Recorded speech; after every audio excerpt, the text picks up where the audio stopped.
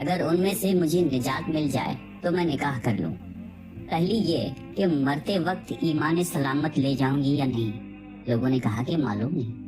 آپ نے فرمایا کہ دوسری یہ کہ میرا اعمال نامہ دائیں ہاتھ میں دیا جائے گا یا بائیں ہاتھ میں، اور تیسرا یہ کہ قیامت کے دن ایک گروہ کو بشت میں دائیں طرف سے لے جایا جائے گا اور دوسرے گروہ کو بائیں طرف سے، تو میں کس جانب سے جاؤں گی؟ لوگوں نے جواب دیا کہ ہمیں تو علم ہی نہیں ہے۔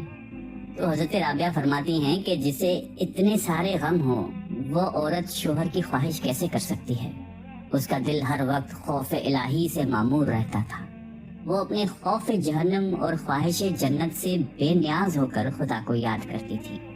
ان کا عقیدہ یہ تھا کہ خدا کو یاد کیا جائے کیونکہ وہ وحدہ لا شریک ہے۔ اس محبت کا مقصد باری تعالیٰ کی خوشنودی حاصل کرنا ہو، اس کا دیدار حاصل کرنا ہو۔ آپ ہمیشہ روتی تھی، فرمایا کرتی تھی کہ میں نے صرف اللہ تعالیٰ ہی سے محبت کی ہے، ڈرتی ہوں کہ مرتے وقت آواز نہ آئے کہ رابعہ تو ہمارے لائق نہیں۔ وہ ہمیشہ کھردرے کمبل کا کرتا پہنتی تھی اور وصیت فرماتی تھی کہ مرنے کے بعد اسی میں دفن کی جاؤں۔ ان کے انتقال کے بعد ایک خاتون نے انہیں خواب میں دیکھا کہ بہت ہی قیمتی ریشمی کرتا پہنے ہوئے تھی۔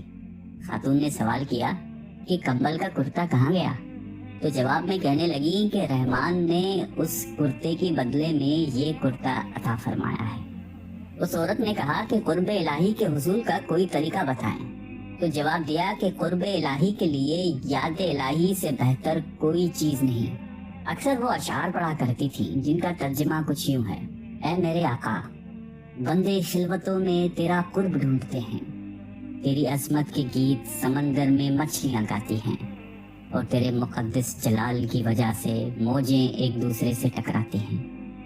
دن کی روشنی، رات کی تاریکی، گھومنے والے آسمان، منور چاند، چمکیلے تارے سب تیرے سامنے سجدہ کرتے ہیں، اور ہر چیز ایک انداز کے مطابق ہے کیونکہ تو غنی اور قہار ہے۔ وہ اپنی دعائیں اپنے اشعار کے ذریعے بیان کرتی تھی۔ اس دعا کو اکثر راتوں کو چھت پہ جا کر پڑھا کرتی تھی: اے میرے مالک، ستارے چمک رہے ہیں اور سب لوگوں کی آنکھیں نیند سے بند ہیں اور ہر کوئی اپنی خلوت میں ہے، میں یہاں تیرے ساتھ اکیلی ہوں۔ اے مالک، اگر میں دوزخ کے عذاب کے خوف سے تیری عبادت کرتی ہوں تو تو مجھے دوزخ میں جھونک دے۔ اگر میں جنت کی توقع میں تیری عبادت کرتی ہوں تو مجھے جنت سے محروم کر دے، لیکن اگر میں محض تیری خاطر عبادت کرتی ہوں تو مجھ سے اپنے حسن لازوال کو پوشیدہ نہ رکھنا۔ وہ فرماتی تھی کہ کوئی انسان کس طرح توبہ کر سکتا ہے جب تک اس کا مالک اس کو اس کی توفیق عطا نہ کرے اور اسے قبولیت نہ بخشے۔ اگر وہ تمہاری طرف رخ کرے گا تو تم بھی اس کی طرف رخ کرو گے۔ فرماتی تھی کہ اللہ تعالیٰ سے قناعت پسند دل مانگو، یہ بہت بڑی نعمت ہے۔ دل کو قابو میں رکھنا اور اختیار ہونے پر ناجائز خواہشوں کو روکنا مردانگی ہے۔ ایک مرتبہ لوگوں نے عرض کیا کہ آپ کی شیرین بیانی تو اس قابل ہے کہ آپ کو مسافر خانے کا نگران مقرر کر دیا جائے۔ فرمایا کہ میں تو خود ہی اپنے مسافر خانے کی محافظ ہوں، کیونکہ جو کچھ میرے اندر ہے اسے باہر نکال دیتی ہوں، اور جو میرے باہر ہے اس کو اندر جانے نہیں دیتی۔ اس لیے مجھے کسی کی آمد و رفت سے کوئی سروکار نہیں ہے، کیونکہ قلب کی نگہبان ہوں، خاکی جسم کی نہیں۔ ایک مرتبہ آپ سے سوال کیا گیا کہ آپ ابلیس کو دشمن تصور کرتی ہیں؟ فرمایا کہ میں تو رحمان کی دوستی میں مشغولیت کی وجہ سے ابلیس کی دشمنی کا تصور ہی نہیں کرتی۔ عالم خواب میں حضور اکرم صلی اللہ علیہ وآلہ وسلم نے آپ سے فرمایا کہ کیا تو مجھے محبوب رکھتی ہے؟ تب رابعہ نے عرض کیا کہ وہ کون بد نصیب ہوگا جو آپ کو محبوب نہ رکھتا ہو، لیکن میں تو حب الہی میں ایسی غرق ہوں کہ اس کے سوا کسی کی محبوبیت کا تصور تک نہیں آتا۔ یہی وجہ ہے کہ میں کسی کی محبوبیت کا احساس تک باقی نہیں رکھتی۔ لوگوں کے اس سوال پر کہ محبت کیا شے ہے، آپ نے فرمایا کہ محبت ازل سے ہے اور ابد تک رہے گی، کیونکہ پورے عالم میں کسی نے اس کا ایک گھونٹ تک نہیں چکھا، جس کے نتیجے میں محبت اللہ تعالیٰ میں ضم ہو کر رہ گئی۔ ایک مرتبہ کسی نے سوال کیا کہ آپ جس کی عبادت کرتی ہیں کیا وہ آپ کو نظر بھی آتا ہے؟ تو فرمایا کہ اگر نظر نہ آتا تو عبادت کیوں کرتی؟ لوگوں نے جب آپ سے سوال کیا کہ خدا بندے سے کس وقت خوش ہوتا ہے، فرمایا کہ جب بندہ محنت پر اس طرح شکر ادا کرتا ہے جیسا کہ نعمت پر ادا کرتا ہے۔ آپ اکثر فرمایا کرتی تھی کہ صرف زبانی توبہ کرنا جھوٹے لوگوں کا فعل ہے، کیونکہ اگر سچے دل کے ساتھ توبہ کی جائے تو دوبارہ کبھی توبہ کی ضرورت پیش نہ آئے۔ پھر فرمایا کہ معرفت توجہ اللہ کا نام ہے، اور عارف کی شناخت یہ ہے کہ وہ خدا سے پاکیزہ قلب طلب کرے، اور جب عطا کر دیا جائے تو پھر اسی وقت اس کو خدا کے حوالے کر دے، تاکہ حجابات حفاظت میں محفوظ رہ کر مخلوق کی نگاہوں سے پوشیدہ رہیں۔ حضرت صالح عامری اکثر یہ فرمایا کرتے تھے کہ جب مسلسل کسی کا دروازہ کھٹکھٹایا جاتا ہے تو آخر کار کسی نہ کسی وقت کھول ہی دیا جاتا ہے۔ رابعہ بصری نے آپ کا یہ جملہ سن کر سوال کیا کہ آخر وہ کب کھلے گا، کیونکہ وہ تو کبھی بند ہی نہیں ہوا۔ یہ سن کر حضرت صالح کو آپ کی دانش بندی پر مسرت ہوئی اور اپنی کم عقلی پر رنج ہوا۔ کچھ لوگ زیارت کے لیے حاضر ہوئے تو دیکھا کہ آپ دانتوں سے گوشت کاٹ رہی ہیں۔ انہوں نے سوال کیا کہ آپ کے یہاں چاقو چھری نہیں ہے جو دانتوں سے کام لے رہی ہیں؟ فرمایا کہ میں محض اس خوف سے چاقو چھری نہیں رکھتی کہ کہیں وہ میرے اور میرے محبوب کے رشتے کو منقطع نہ کر دے۔ ایک مرتبہ آپ نے 7 شب و روز مسلسل روزے رکھے اور شب میں قطعاً آرام نہیں کیا، لیکن جب 8ویں دن بھوک کی شدت کی نفس نے فریاد کی کہ مجھے کب تک اذیت ہوگی، تو اسی وقت ایک شخص کھانے کو کوئی شے پیالے میں لے کر حاضر ہوا۔ آپ لے کر شمع روشن کرنے اٹھی، اسی وقت گر کے ٹوٹ گیا۔ اس وقت آپ نے ایک دل روز آہ بھر کر اللہ تعالیٰ سے عرض کیا کہ میرے ساتھ کیا معاملہ کیا جا رہا ہے۔ ندا آئی کہ اگر دنیاوی نعمتوں کی طلبگار ہو تو ہم عطا کیے دیتے ہیں، لیکن اس کے عوض میں اپنا درد تمہارے قلب سے نکال لیں گے، اس لیے کہ ہمارے غم اور غم روزگار کا ایک قلب میں رہنا ممکن نہیں ہے۔ یہ ندا سنتے ہی دامن امید چھوڑ کر اپنا دل دنیا کی محبت سے اس طرح خالی کر دیا کہ جس طرح موت کے وقت مرنے والا امید زندگی ترک کر کر قلب کو دنیاوی تصورات سے خالی کر دیتا ہے۔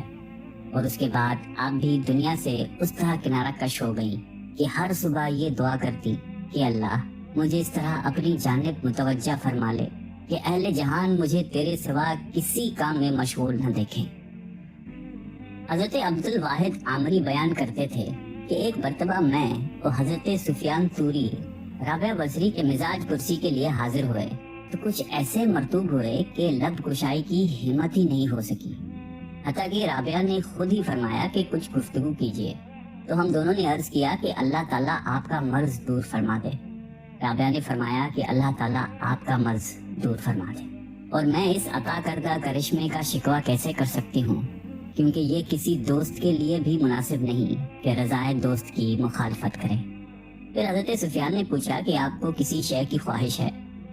فرمایا کہ تم صاحب معرفت ہو کر ایسا سوال کرتے ہو، اور بصرہ میں کھجور کی موجودگی کے باوجود 12 سال سے کچھ کھانے کی خواہش ہے، لیکن میں نے محض اس لیے نہیں چکھی کہ بندے کو اپنی مرضی کے مطابق کوئی کام نہیں کرنا چاہیے، کیونکہ رضا الہی کے بغیر کوئی کام کرنا کفر کے ہم معنی ہیں۔ پھر حضرت سفیان نے اپنی دعا کے لیے درخواست کی تو فرمایا کہ اگر تمہارے اندر حب دنیا نہ ہوتی تو تم نیکی کا مجسمہ ہوتے۔ انہوں نے عرض کیا کہ یہ کیا فرما رہی ہیں؟ آپ نے کہا کہ سچ بات کہہ رہی ہوں، کیونکہ اگر ایسا نہ ہوتا تو تم کم عقل باتیں نہیں کرتے، اس لیے کہ جب تمہیں یہ علم ہے کہ دنیا فانی ہے اور فانی شے کی ہر شے فانی ہوا کرتی ہے، اس کے باوجود بھی تم نے یہ سوال کیا کہ آپ کو کس شے کی خواہش ہے۔ یہ سن کر سفیان نے مہوے حیرت ہو کر بارگاہ الہی میں عرض کیا کہ یا اللہ میں تیری رضا کا جویا ہوں۔ رابعہ نے فرمایا کہ تمہیں رضا الہی کی جستجو کرتے ہوئے ندامت نہیں ہوتی جبکہ تم خود اس کی رضا کے طالب نہیں ہو۔ حضرت مالک بن دینار کہا کرتے تھے کہ ایک مرتبہ بغرض ملاقات رابعہ کے یہاں پہنچا تو دیکھا کہ ایک ٹوٹا ہوا مٹی کا لوٹا ہے جس سے آپ وضو کرتی ہیں اور پانی پیتی ہیں، اور ایک بوسیدہ چٹائی ہے جس پر ایک اینٹ کا تکیہ بنا کر سوتی ہیں۔ میں نے عرض کیا کہ میرے بہت سے احباب مالدار ہیں، اگر اجازت ہو تو ان سے آپ کے لیے کچھ طلب کروں۔ آپ نے سوال کیا کہ کیا مجھے اور تمہیں دولت مندوں کو رزق عطا کرنے والی ایک ہی ذات نہیں ہے؟ تو پھر کیا درویشوں کو ان کی غربت کی وجہ سے اس ذات نے فراموش کر دیا ہے؟ میں نے عرض کیا کہ ایسا تو نہیں ہے۔ فرمایا کہ جب وہ ذات ہی فرد کی ضروریات سے واقف ہے تو پھر ہمیں یاد دہانی دلانے کی کیا ضرورت ہے، اور ہمیں اس کی خوشی میں خوش ہونا چاہیے۔ مشائخین بصرہ میں سے ایک شیخ آپ کے ہاں جا کر بیٹھے اور بیٹھے بیٹھے دنیا کی شکایتیں کرنے لگے، تو رابعہ نے فرمایا کہ غالباً آپ کو دنیا سے بہت لگاؤ ہے، کیونکہ جو شخص جس سے زیادہ محبت کرتا ہے اسی کا ذکر بہت زیادہ کرتا ہے۔ اگر آپ کو دنیا سے لگاؤ نہ ہوتا تو آپ کبھی دنیا کا اس کثرت کے ساتھ ذکر نہ کرتے۔ وفات کے وقت آپ نے مجلس میں حاضر مشائخین سے یہ فرمایا کہ آپ حضرات یہاں سے ہٹ جائیں، ملائکوں کے لیے راستہ چھوڑ دیں۔ چنانچہ سب باہر آ گئے اور دروازہ بند کر دیا۔ اس کے بعد اندر سے یہ آواز سنائی دی کہ اے مطمئن نفس، اپنے مولا کی جانب لوٹ چل۔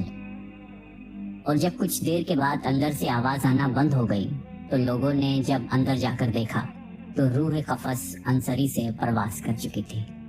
مشائقین کا قول ہے کہ رابعہ نے خدا کی شان میں کبھی کوئی گستاخی نہیں کی اور نہ کبھی دکھ سکھ کی پرواہ کی، اور مخلوق سے کچھ طلب کرنا تو درکنار، اپنے مالک کے حقیقی سے بھی کچھ نہیں مانگا، اور انوکھی شان کے ساتھ دنیا سے رخصت ہو گئی۔